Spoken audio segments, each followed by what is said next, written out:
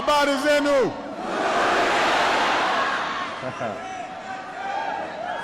Wa Kenya Impio.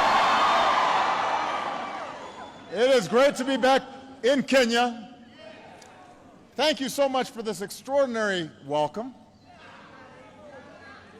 I know it took a few years, but as president, I try to keep my promises.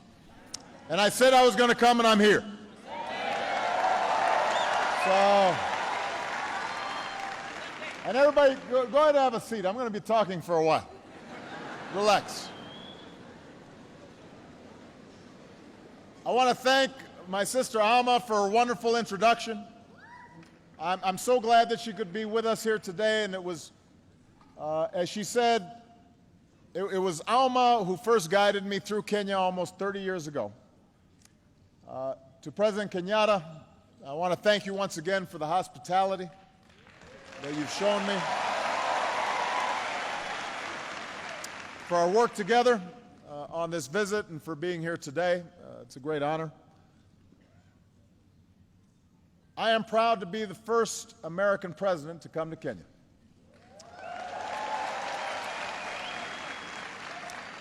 And of course, I'm the first Kenyan American to be president of the United States.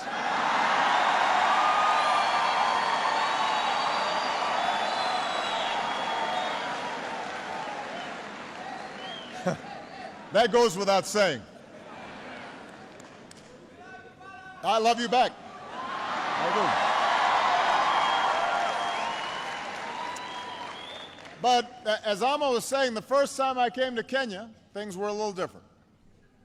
When I arrived at Kenyatta Airport, the airline had lost my bags. That doesn't happen on Air Force One. They always have my luggage on Air Force One. As she said, Alma picked me up in an old Volkswagen Beetle. And I think the entire stay I was here, it broke down 4 or 5 times. We'd be on the highway, we'd have to call the Joakali. He'd bring his tools. We'd be sitting there waiting. And I slept on a cot in her apartment.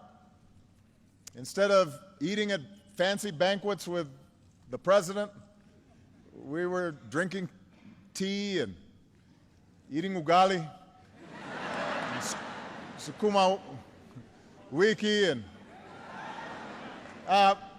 so there wasn't a lot of luxury. Sometimes the lights would go out. They still do, is that what someone said?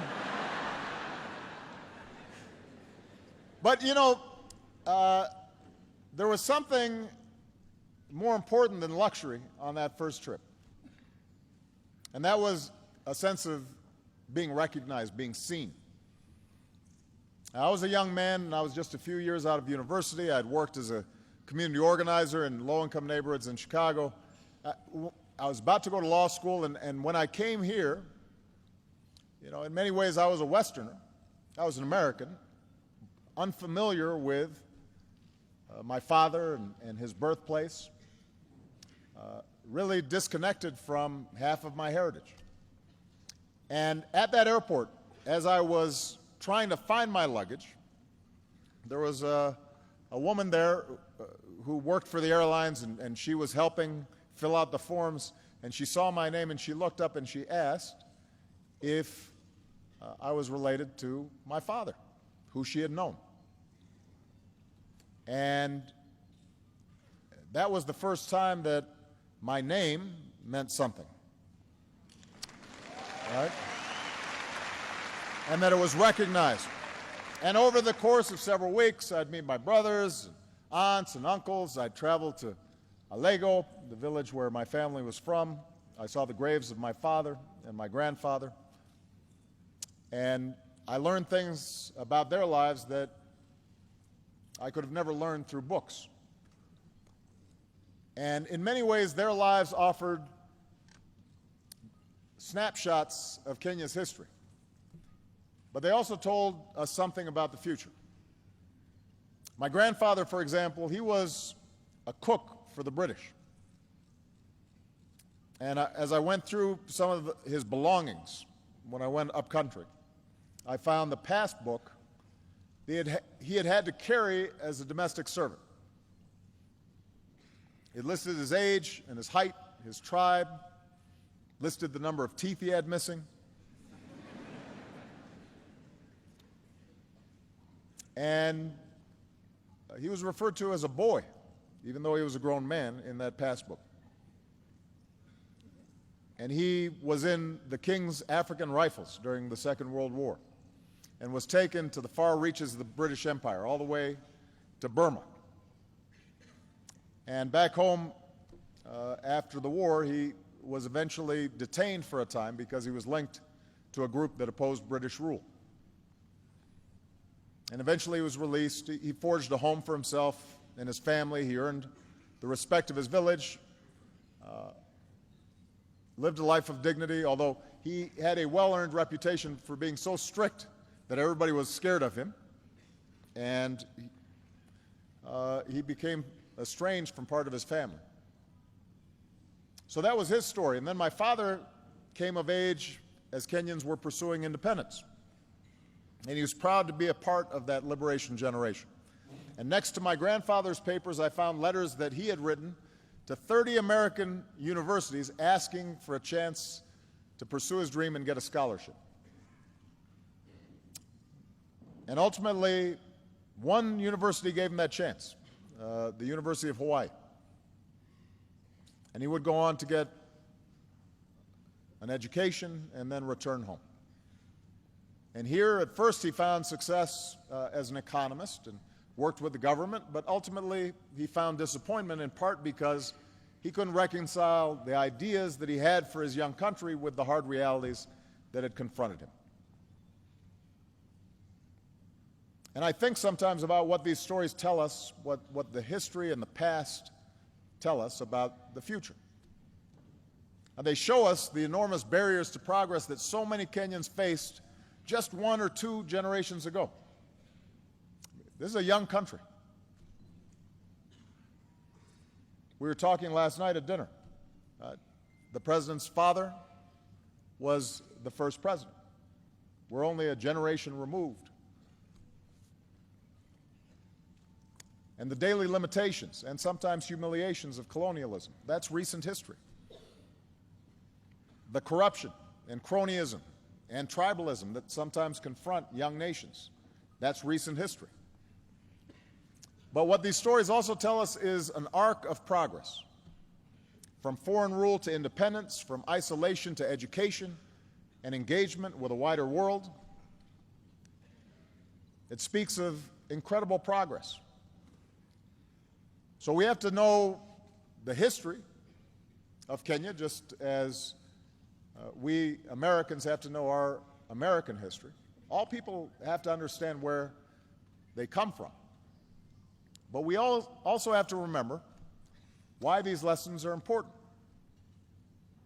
We know our history so that we can learn from it. We learn our history because we understand the sacrifices that were made before, so that when we make sacrifices, we understand we're doing it on behalf of future generations. There's a proverb that says, "We have not inherited this land from our forebears, we have borrowed it from our children." In other words, we study the past so it can guide us into the future and inspire us to do better. And when it comes to the people of Kenya, particularly the youth, I believe there is no limit to what you can achieve. A young, ambitious Kenyan today should not have to do what my grandfather did and serve a foreign master. You don't need to do what my father did and leave your home in order to get a good education and access to opportunity. Because of Kenya's progress, because of your potential, you can build your future right here, right now.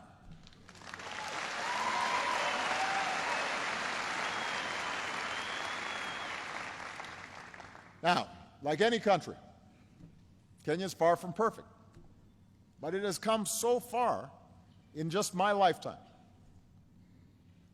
After a bitter struggle, Kenyans claimed their independence just a few years after I was born, and after decades of one-party rule, Kenya embraced a multi-party system in the 1990s. just as I was beginning my own political career in the United States.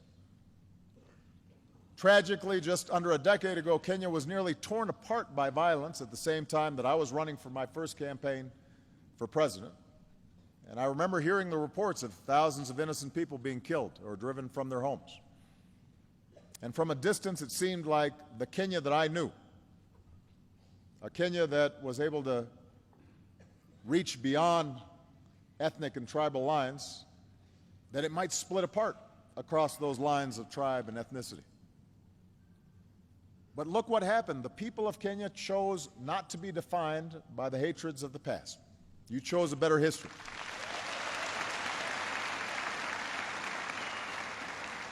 The voices of ordinary people and political leaders and civil society did not eliminate all these divisions, but you addressed the divisions and differences peacefully. And a new constitution was put in place declaring that every person has inherent dignity and the right to have that dignity respected and protected. A competitive election went forward, not without problems, but without the violence that so many had feared. In other words, Kenyans chose to stay together. You chose the path of Harambee. And in part because of this political stability, Kenya's economy is also emerging. And the entrepreneurial spirit that people rely on to survive in the streets of Kibera can now be seen in new businesses across the country, from the city square to the smallest villages. M-Pesa is changing the way people use money. New investment is making Kenya a hub for regional trade. When I came here as a U.S. Senator, I pointed out that South Korea's economy was the same as Kenya's when I was born, and then was 40 times larger than Kenya's. Think about that. Started at the same place. South Korea had gone here and Kenya was here. But today that gap has been cut in half, just in the last decade, which means Kenya is making progress. And meanwhile, Kenya continues to carve out a distinct place in the community of nations as a source of peacekeepers for places torn apart by conflict, a host for refugees driven from their homes, a leader for conservation, following the footprints of Wangari Maathai.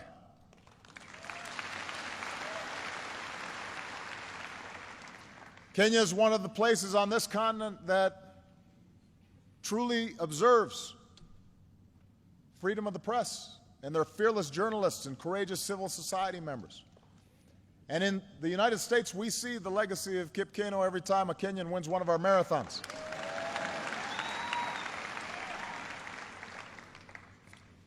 And maybe the First Lady of Kenya is going to win one soon.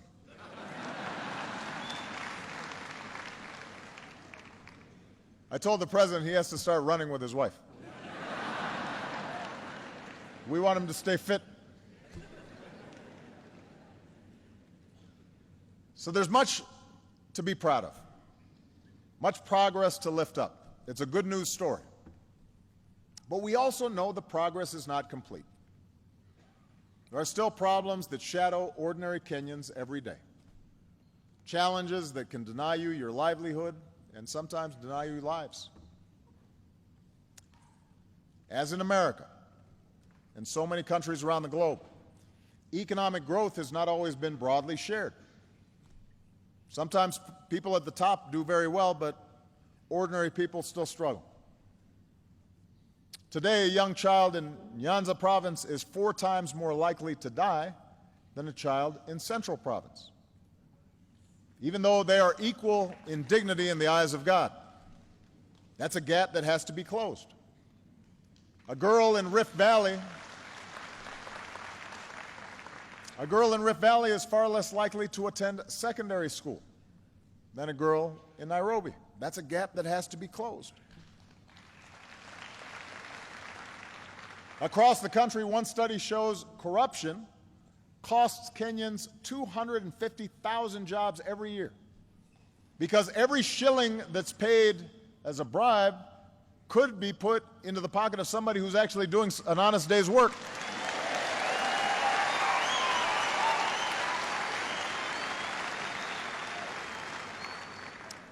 And despite the hard-earned political progress that I spoke of, those political gains still have to be protected. New laws and restrictions could close off the space where civil society gives individual citizens a voice and holds leaders accountable. Old tribal divisions and ethnic divisions can still be stirred up. I want to be very clear here. A politics that's based solely on tribe and ethnicity is a politics that's doomed to tear a country apart. It is a failure of imagination. Of course, here in Kenya, we also know the specter of terrorism has touched far too many lives. And we remember the Americans and Kenyans who died side by side in the attack on our embassy in the 90s. We remember the innocent Kenyans who were taken from us at Westgate Mall. We weep for the nearly 150 people slaughtered at Garissa, including so many students who had such a bright future before them. We honor the memory of so many other innocent Kenyans whose lives have been lost in this struggle. So Kenya is at a crossroads, a moment filled with peril, but also enormous promise. And with the rest of my time here today, I'd like to talk about how you can seize the moment, how you can make sure we leave behind a world that's better, a world that we've borrowed from our children. When I first came to Sub-Saharan Africa as president, I made clear my strong belief that the future of Africa is up to Africans.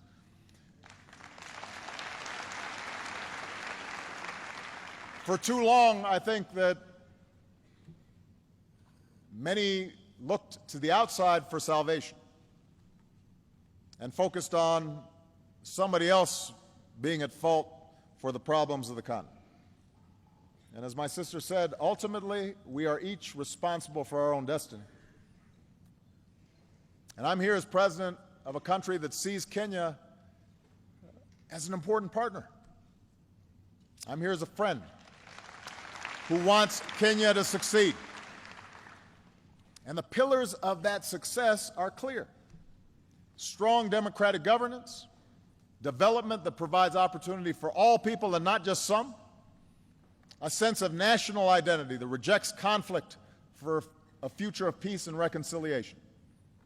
And today we can see that future for Kenya on the horizon, but tough choices are going to have to be made in order to arrive at that destination. In the United States, I always say that what makes America exceptional is not the fact that we're perfect. It's the fact that we struggle to improve. We're self-critical. We work to live up to our highest values and ideals, knowing that we're not always going to achieve them perfectly, but we keep on trying to perfect our union. And what's true for America is also true for Kenya. You can't be complacent and accept the world just as it is. You have to imagine what the world might be and then push and work towards that future. Progress requires that you honestly confront the dark corners of our own past, extend rights and opportunities to more of your citizens, see the differences and diversity of this country as a strength, just as we in America try to see the diversity of our country as a strength and not a weakness. So you can choose the path to progress, but it requires making some important choices. First and foremost, it means continuing down the path of a strong, more inclusive, more accountable, and transparent democracy.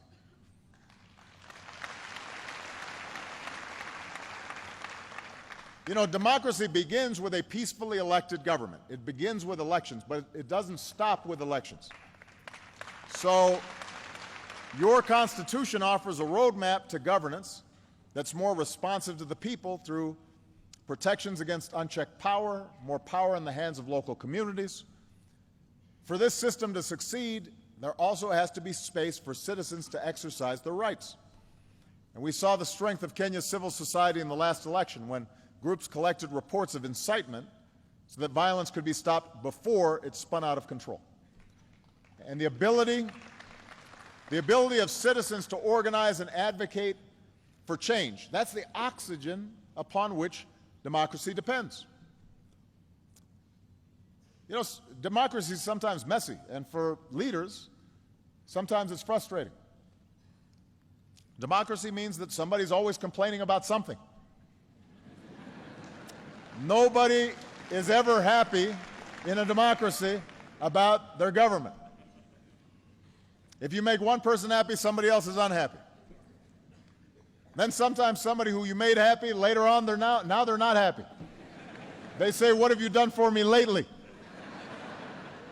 But that's the nature of democracy. That's why it works, is because it's constantly challenging leaders to up their game and to do better.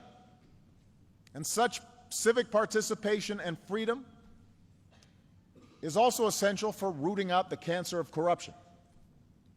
Now, I want to be clear. Corruption is not unique to Kenya. I mean, I want everybody to understand that there's no country that's completely free of corruption. Certainly, here in the African continent, there are many countries that deal with this problem, and I want to assure you I speak about it wherever I go, not just here in Kenya. So I don't want everybody to get too sensitive. But the fact is, too often, here in Kenya, as is true in other places, corruption is tolerated because that's how things have always been done. People just think that that is sort of the normal state of affairs. And there was a time in the United States where that was true too. My hometown of Chicago was infamous for Al Capone and you know, the mob and organized crime corrupting law enforcement. But what happened was that over time people got fed up, and leaders stood up and they said, "We're not going to play that game anymore." And you changed the culture and you changed habits. Here in Kenya, it's time to change habits and decisively break that cycle, because corruption holds back every aspect of economic and civil life. It's an anchor that weighs you down and prevents you from achieving what you could. If you need to pay a bribe and hire somebody's brother who's not very good and doesn't come to work in order to start a business, well, that's going to create less jobs for everybody. If electricity's going to one neighborhood because they're well connected and not another neighborhood, that's going to limit development of the country as a whole. If someone in public office is taking a cut that they don't deserve, that's taking away from those who are paying their fair share. So this is not just about changing one law, although it's important to have laws on the books that are actually being enforced. It's important that not only low-level corruption is punished, but folks at the top, if they are taking from the people, that has to be addressed as well. But it's not something that is just fixed by laws or that any one person can fix. It requires a commitment by the entire nation, leaders and citizens, to change habits and to change culture. Tough laws need to be on the books.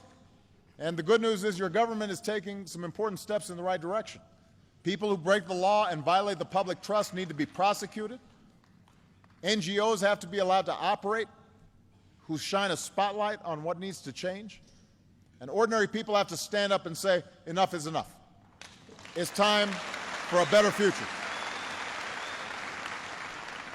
And as you take these steps, I promise that America will continue to be your partner in supporting investments in strong democratic institutions. Now, We're also going to work with you to pursue the second pillar of progress, and that is development that extends economic opportunity and dignity for all of Kenya's people.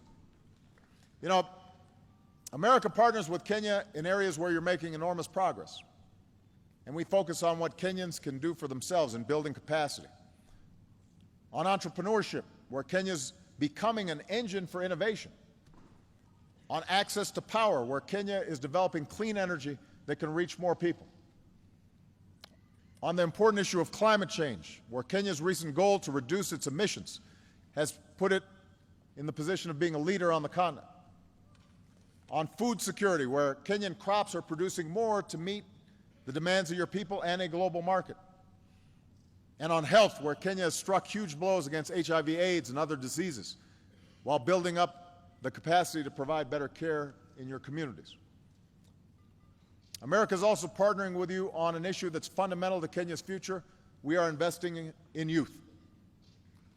We are investing in the young people of Kenya and the young people of this continent. Robert F. Kennedy once said, "It is a revolutionary world that we live in, and it is the young people who must take the lead." It's the young people who must take the lead. So through our Young African Leaders Initiative, we are empowering and connecting young people. Connecting young people from across the continent who are filled with energy and optimism and idealism and are going to take Africa to new heights. And these young people, they're not weighed down by the old ways. They're creating a new path. And these are the elements for success in this 21st century. To continue down this path of progress, it will be vital for Kenya to recognize that no country can achieve its full potential unless it draws on the talents of all its people, and that must include the half of Kenyans, maybe a little more than half, who are women and girls. Now, I'm going to spend a little time on this just for a second. Every country and every culture has traditions that are unique and help make that country what it is. But just because something is a part of your past doesn't make it right. It doesn't mean that it defines your future. You know, look at us in the United States. Recently, we've been having a debate about the Confederate flag. Some of you may be familiar with this. This was a symbol for those states who fought against the Union to preserve slavery. Now, as a historical artifact, it's important. But some have argued that it's just a symbol of heritage that should fly in public spaces. The fact is, it was a flag that flew over an army that fought to maintain a system of slavery and racial subjugation. So we should understand our history, but we should also recognize that it sends a bad message to those who were liberated from slavery and oppression. And in part because of unspeakable tragedy that took place recently, where a young man who was a fan of the Confederate flag and racial superiority shot helpless people in a church. More and more Americans of all races are realizing now that that flag should come down. Just because something's a tradition doesn't make it right. Well, so around the world, there is a tradition of repressing women and treating them differently and not giving them the same opportunities, and husbands beating their wives, and children not being sent to school. Those are traditions. Treating women and girls as second-class citizens, those are bad traditions. They need to change. They're holding you back.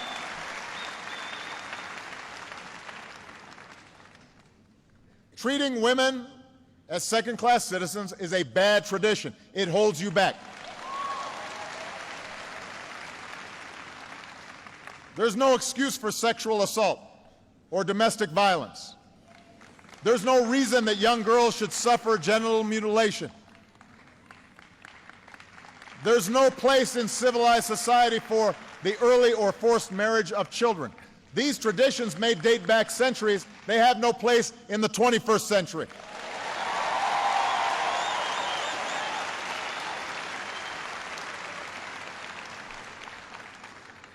These are issues of right and wrong in any culture. But they're also issues of success and failure.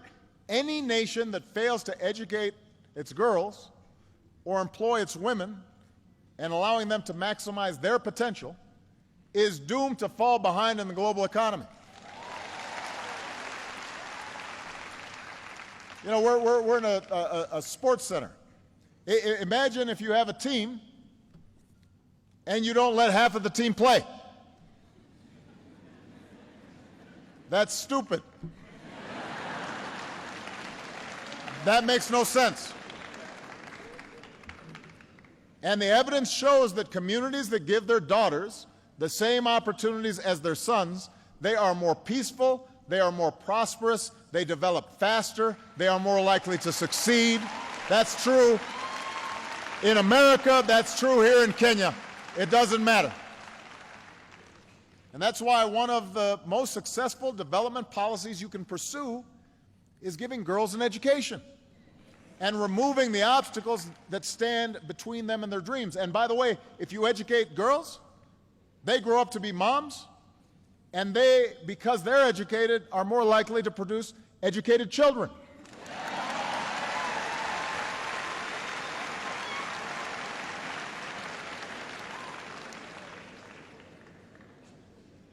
So, Kenya will not succeed if it treats women and girls as second-class citizens. I want to be very clear about that. Now, this leads me to the third pillar of progress, and that's choosing a future of peace and reconciliation. There are real threats out there. President Kenyatta and I spent a lot of time discussing the serious threat from al-Shabaab that Kenya faces. The United States faces similar threats of terrorism. We are grateful for the sacrifices made by Kenyans on the front lines as part of AMISOM. We're proud of the efforts. We're proud of the efforts that we're making to strengthen Kenya's capabilities through our new security governance initiative. We're going to stand shoulder to shoulder with you in this fight against terrorism for as long as it takes. But as I mentioned yesterday, it is important to remember that violent extremists want us to turn against one another. That's what terrorists typically try to exploit. They know that they are a small minority. They know that they can't win conventionally. So what they try to do is target societies where they can exploit divisions. That's what happens in Iraq. That's what happens around the world. That's what happened in Northern Ireland. Terrorists who try to sow chaos, they must be met with force, and they must also be met, though, with a forceful commitment to uphold the rule of law and respect for human rights, and to treat everybody who's peaceful and law-abiding fairly and equally. Extremists who prey on distrust must be defeated by communities who stand together and stand for something different. And the most important example here is that the United States and Kenya both have Muslim minorities, but those minorities make enormous contributions to our countries. These are our brothers, they are our sisters, and so in both our countries we have to reject calls that allow us to be divided. This is true for any diverse society. And Kenya is rich with diversity, with many dozens of tribes and ethnicities and languages and religious groups. And time and again, just as we've seen the dangers of religious or ethnic violence, we've seen that Kenya is stronger when Kenyans stand united with a sense of national identity. That was the case on December 12, 1963, when cities and villages across this country celebrated the birth of a nation. It was true in 2010, when Kenya replaced the anarchy of ethnic violence with the order of a new constitution. So we can all appreciate our own identities, our bloodlines, our beliefs, our backgrounds. That tapestry is what makes us who we are. But the history of Africa, which is both the cradle of human progress and a crucible of conflict, shows us that when we define ourselves narrowly, in opposition to somebody just because they're of a different tribe or race or religion, and we ignore who's a good person or a bad person, are they working hard or not, are they honest or not, are they peaceful or violent? When we start making distinctions solely based on status and not what people do, then we're taking a wrong path, and we inevitably suffer in the end. This is why Martin Luther King called on people to be judged not by the color of their skin, but the content of their character. And in the same way, people should not be judged by their last name or their religious faith, but by their content of their character and how they behave. Are they good citizens? Are they good people? In the United States, we embrace the motto, E pluribus unum. In Latin, that means out of many, one. In Kenya, Harambee, we are in this together. Whatever the challenge, you will be stronger if you face it not as Christians or Muslims, Maasai, Kikuyu, Luo, any other tribe, but as Kenyans. And ultimately, that unity is the source of strength that will empower you to seize this moment of promise. That's what will help you root out corruption. That's what will strengthen democratic institutions. That's what will help you combat inequality. That's what will help you extend opportunity and educate youth and face down threats and embrace reconciliation. So I want to say, particularly to the young people here today, Kenya is on the move.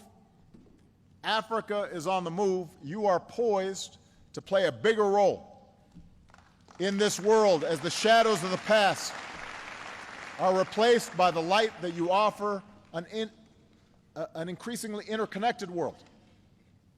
And in the light of this new day, we have to learn to see ourselves in one another. We have to see that we are connected. Our fates are bound together. Because in the end, we're all part of one tribe, the human tribe. And no matter who we are or where we come from or what we look like or who we love or what God we worship, we're connected. Our fates are bound up with one another. Kenya holds within it all that diversity, and with diversity sometimes comes difficulty. But I look to Kenya's future filled with hope, and I'm hopeful because of you, the people of Kenya, especially the young people. There are some amazing examples of what's going on right now with young people. I'm hopeful because of a young man named Richard Ruto Torosia. Richard helped build Yes, Youth Can. I like the phrase, yes, Youth Can.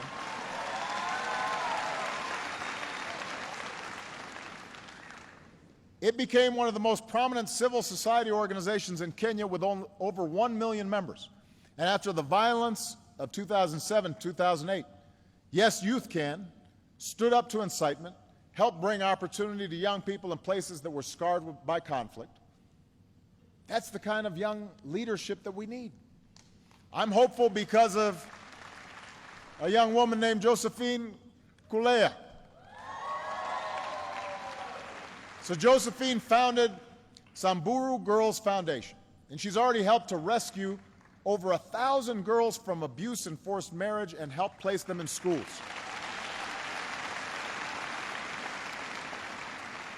A member of the Samburu tribe herself, she's personally planned rescue missions to help girls as young as 6 years old.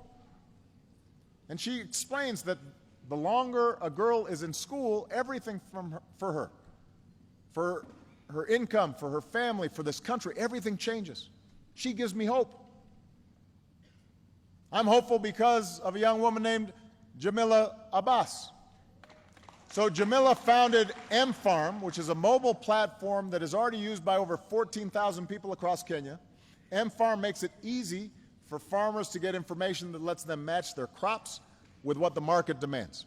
And studies show that it can help farmers double their sales. So here's what Jamila said. I love Kenya because you feel you are home anywhere you go. Home anywhere you go. That's the Kenya that welcomed me nearly 30 years ago as a young man. You helped make me feel at home, and standing here today as President of the United States, when I think about those young people and all the young people in attendance here, you still make me feel at home. And I'm confident that your future is going to be written across this country and across this continent by young people like you. Young men and women who don't have to struggle under a colonial power, who don't have to look overseas to realize your dreams. Yes, you can realize your dreams right here, right now.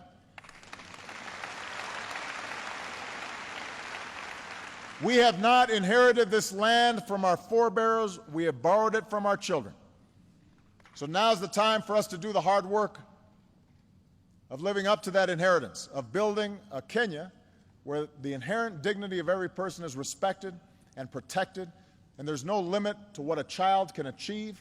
I am here to tell you that the United States of America will be a partner for you every step of the way. God bless you. Thank you. Asante sana.